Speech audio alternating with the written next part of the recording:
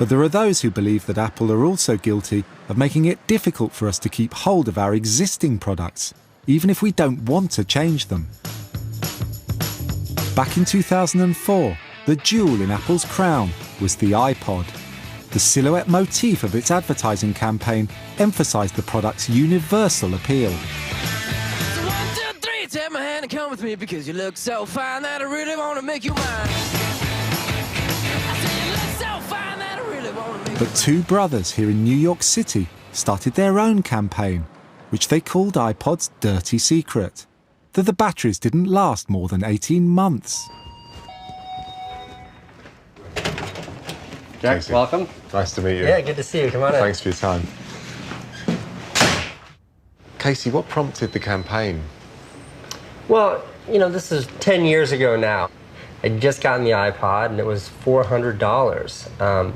So a year later, or a year and a half later, when the battery died, and I wanted to fix it. I wanted my iPod back. I called the Apple 800 number, the Apple Care number, and I explained that my battery was dead.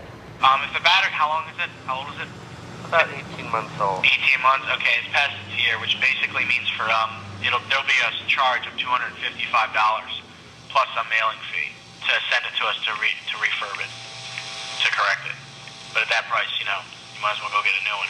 So my brother and I came up with this idea to make a movie where we made this stencil that said iPod's unreplaceable battery lasts only 18 months.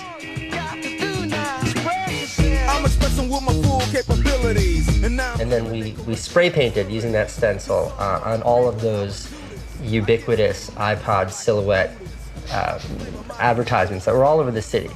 Then we posted that movie online, and it went crazy. So you got, how many hits were you getting? Well, it was tough. This is pre-YouTube. But I think we did around 5 million views in a couple of weeks. And what did Apple do? Apple didn't really address it. They did shortly thereafter change the policy and enact a battery replacement policy. But it's built-in obsolescence, isn't it? It absolutely is built-in obsolescence. Casey's campaign has kicked off an entire movement dedicated to fighting built-in obsolescence. Here in California, a new consumer fightback is now underway. I've come to San Luis Obispo to meet one of the leaders. Carl? Hi. Carl Wiens runs a collective called iFixit. They tear apart new technology to work out how to mend it, something they say big companies like Apple actively discourage.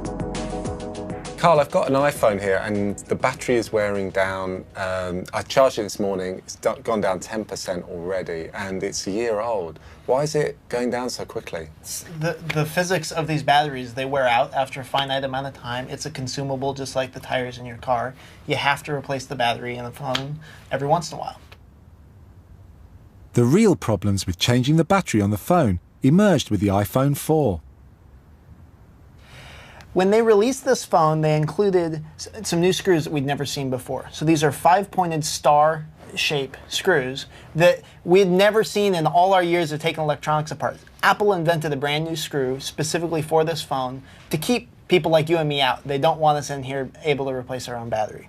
And I decided that that wasn't okay. And so I reverse engineered their screw, and we started making and selling screwdrivers for the iPhone. So you invented the screwdriver that will now open this phone? Right. Okay. So let's dive into this one. Yeah. So that's the screw. You can see it's pretty tiny. Yeah. Once you get inside the phone, there are actually Phillips screws. Right. Which continues to show the irony. They're only using these pentalobe screws on the outside to prevent you from getting in. Right. It's basically like a barbed wire fence, isn't it, to stop you getting in. But then once you're in the phone, you've got recognizable screws that you can deal with. Right, absolutely. It's just a gateway. They're preventing you from getting inside. Once you're in, it's just like any other phone. It's very easy to work on.